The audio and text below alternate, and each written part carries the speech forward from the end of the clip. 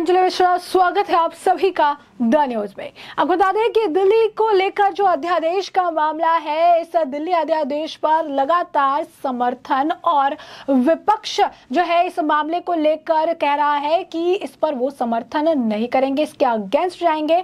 लेकिन अब आंकड़ों का गेम फंसता हुआ नजर आ रहा है। जी हाँ, बिल्कुल सही सुना आपने, क्योंकि आपको बता दें कि दिल्ली विधेयक यानी दिल्ली ऑर्डिनेंस पर अब 26 कदम नहीं दिखने वाला है।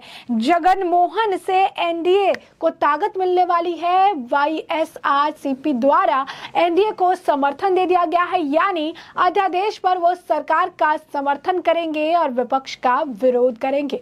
और ऐसे में ये विपक्ष के गठबंधन आईएनडीआईए के लिए बड़ा झटका बताया जा रहा है। ऐसे में क्या है पूरा माजरा, क्या है नंबर गेम और किस तरीके से विपक्षी गठबंधन आईएनडीआईए के लिए इसे बड़ा झटका बताया जा रहा है। साथ ही साथ आपको बता दें कि जदयू ने भी अपनी तरफ से एक 3 लाइन का व्हिप जारी करके सभी एमपीज को जो है रहने के लिए कहा है, मौजूद रहने के लिए कहा है। और आज और कल का डेट दिया गया है जिसमें कहा जा रहा है कि इसमें मौजूद रहे और वो भी सरकार का समर्थन करेंगे अध्यादेश पर और विपक्ष के खिलाफ नजर आएंगे। तो ऐसे में लगातार जो है एनडीए को ताकत मिल रही है अध्यादेश पर। ये जो लगातार आप कह सकते हैं कि जो लड़ाई है वो जारी है और ऐसे में अध्यादेश पर ये जो विपक्ष और पक्ष बटा हुआ है, अब ऐसे में सरकार का जो एनडीए का जो स्ट्रेंथ है वो लगातार बढ़ता हुआ नजर आ रहा है। ऐसे में संसद में मॉनसून सत्र की शुरुआत होते ही विपक्ष के हंगामे के साथ हुई।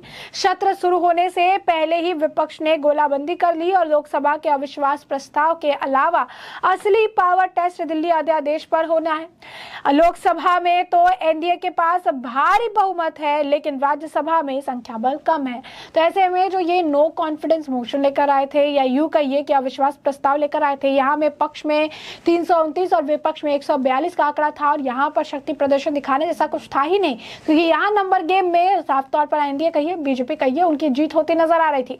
लेकिन अब राज्यसभा में भी जोर आजमाइश जो है देखने के लिए मिलेगी, और क्योंकि राज्यसभा में मुद्दा है दिल्ली अध्यादेश को लेकर। अब ऐसे में लोकसभा में एनडीए के पास भारी बहुमत है, राज्यसभा में संख्या बल थोड़ी कम है। ऐसे में वाईएसआर कांग्रेस के साथ मिलने से राज्यसभा में भी उनकी स्थिति मजबूत हो सकती है और आसानी से दिल्ली अध्यादेश पारित हो सकता है। आंध्र के सीएम जगनमोहन रेड्डी की पार्टी वाईएसआर कांग्रेस ने दोनों मुद्दों पर सरकार के साथ देने का ऐलान कर दिया। लोकसभा में मणिपुर मुद्दे पर लाए गए अविश्वास प्रस्ताव और राज्यसभा में दिल्ली अध्यादेश पर पार्टी जो है वो एनडीए के साथ नजर आएगी। जी हां, एनडीए का समर्थन जो है अब वो कर रहे हैं। अब ऐसे में वाईएसआर कांग्रेस के पास लोकसभा और राज्यसभा दोनों में अच्छा संख्या बल है। लोकसभा में वाईएसआर के 22 तो राज्यसभा में 9 सांसद हैं। ऐसे में बता दें कि सुप्रीम कोर्ट ने फैसला सुनाया था कि दिल्ली में अधिकारियों के ट्रांसफर पोस्टिंग का अधिकार चुनी हुई सरकार यानी अरविंद केजरीवाल के हक में है। कोर्ट ने कहा था कि सार्वजनिक जो व्यवस्था है और भूमि को छोड़कर सेवाओं पर नियंत्रण चुनी हुई सरकार को सौंप दिया जाए। इसके एक सप्ताह बाद ही केंद्र सरकार जो है उन्होंने दिल्ली अध्यादेश जारी कर दिया। वाईएसआर कांग्रेस के नेता वी विजय साई रेड्डी ने कहा है कि दोनों ही मुद्दों पर पार्टी सरकार का साथ देगी। बता दें, सत्र की शुरुआत से ही विपक्ष मांग कर रही है कि प्रधानमंत्री सदन में आकर मणिपुर पर बयान दें। इसी मांग को लेकर विपक्षी गठबंधन आईएनडीआईए ने मोदी सरकार के खिलाफ अविश्वास प्रस्ताव पेश किया है। लोकसभा में से स्वीकार भी कर लिया गया है। अब ऐसे में माना जा रहा है कि अगले हफ्ता ही इस पर चर्चा हो और वोटिंग हो सकती है। भाजपा इस प्रस्ताव से निश्चिंत है, क्योंकि लोकसभा में उसके पास बहुमत का अच्छा आंकड़ा है। राज्यसभा में एनडीए के पास 101 सदस्य हैं, जबकि 26 दलों के गठबंधन इंडिया के पास 100 सदस्यों का समर्थन है। अब ऐसे में अगर आप देखेंगे, वहीं 28 ऐसे हैं कि जो खेल बनाने और बिगाड़ने की क्षमता रखते हैं। इसमें बीआरएस के 7 विधायक हैं जो कि विपक्ष का साथ दे रहे हैं। वही बिजद और वाईएसआर कांग्रेस के 9 सांसद हैं। बिजद और वाईएसआर उस सदन में विधायी मामलों में सरकार का साथ देती है नजर आई। ऐसे माना जा रहा है कि दिल्ली अध्यादेश के लिए भी सरकार को राज्यसभा में ज्यादा जद्दोजहद नहीं करनी पड़ेगी। यानी साफ तौर पर जो शक्ति प्रदर्शन का ये मामला सामने आ रहा था, दिल्ली अध्यादेश को लेकर तानातानी हो रही थी, यहाँ पर भी सरकार को यहाँ पर आसानी होती नजर आएगी, क्योंकि राज्यसभा में एनडीए के पास 101 सदस्य है, जबकि 26 दलों के गठबंधन आईएनडीआई के पास 100 सदस्यों का समर्थन है। यानी तभी भी एक का आंकड़ा ज्यादा है। अब ऐसे में वाईएसआर कांग्रेस के जुड़ जाने से यह आंकड़ा बढ़ के 110 का हो जाएगा। जाएगा।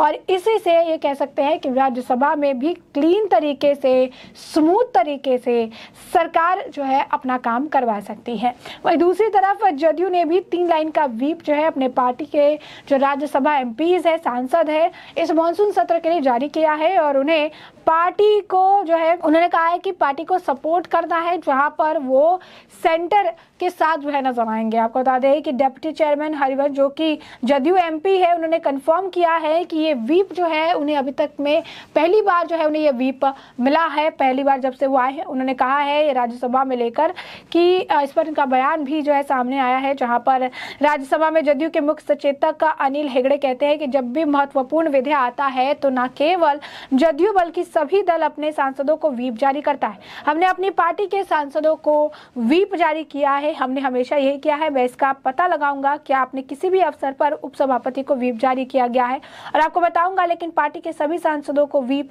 जारी किया गया है। तो सांसद में आप देख सकते हैं कि किस तरीके से जदयू ने अपने राज्यसभा सांसदों को राष्ट्रीय राजधानी क्षेत्र दिल्ली सरकार के जो ऑर्डिनेंस है उसे लेकर 2023 के खिलाफ वोट करने के लिए 3 लाइन का व्हीप जारी किया है, जो दिल्ली सेवा अध्यादेश की जगह लेनेगा। यानी साफ तौर पर अगर आप कहेंगे तो ये यहाँ पर साफ तौर पर अगर आप देख रहे हैं तो सेंटर जो बिल का सपोर्ट कर रही है, तो ये जो है पार्लियामेंट में पार्टी के स्टैंड को सपोर्ट करेंगे और बिल के अगेंस्ट वोट करेंगे।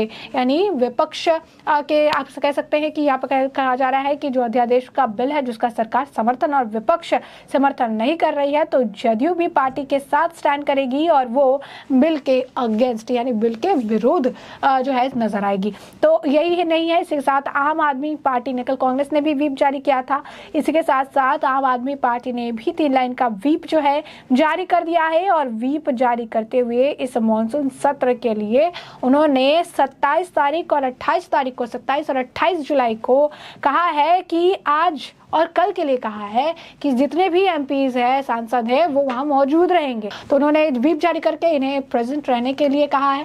तो आप देख सकते हैं कि एक तरफ पक्ष है, एक तरफ विपक्ष है और दिल्ली अध्यादेश से जुड़ा ये मामला है। ऐसे में आम आदमी पार्टी ने जो है यहाँ पर अपने जितने भी सांसद है राज्यसभा के, उन्हें व्हीप जारी कर दिया है और जारी करके उन्हें आज 27 तारीख और कल 28 तारीख को जो है पार्लियामेंट में रहने की बात कही है। कहा है कि वो मौजूद रहे क्योंकि इसी दिन जो है इस बिल को इंट्रोड्यूस किया जा सकता है। यानी आज और कल में किसी भी वक्त दिल्ली के अध्यादेश से जुड़े बिल को लेकर तानातानी देखने के लिए मिल सकती है। जैसा कि हमने आपको कहा कि आंकड़े जो है काफी अलग थलग पड़ते नजर आ रही है। 26 जो पार्टियां हैं जिन्होंने विपक्ष का साथ देने का वादा किया था, यूं कहिए कि बैठक में शामिल हुए थे। कहा जा रहा था कि 26 पार्टियां जो शामिल हुई है वो विपक्ष के साथ रहेगी। अध्यादेश पर समर्थन मिल रहा था अरविंद केजरीवाल को, लेकिन वाईएसआर कांग्रेस के हट जाने से जो है अरविंद केजरीवाल को तो बड़ा झटका लगा। इस साथ ही साथ विपक्षी गठबंधन के लिए भी बड़ा झटका बताया जा रहा है क्योंकि इनकी स्ट्रेंथ राज्यसभा में ज्यादा है।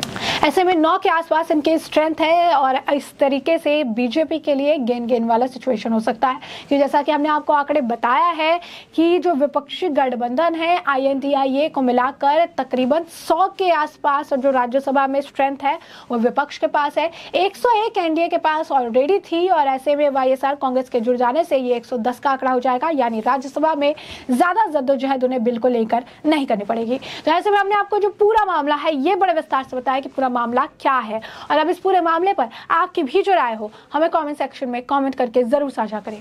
धन्यवाद।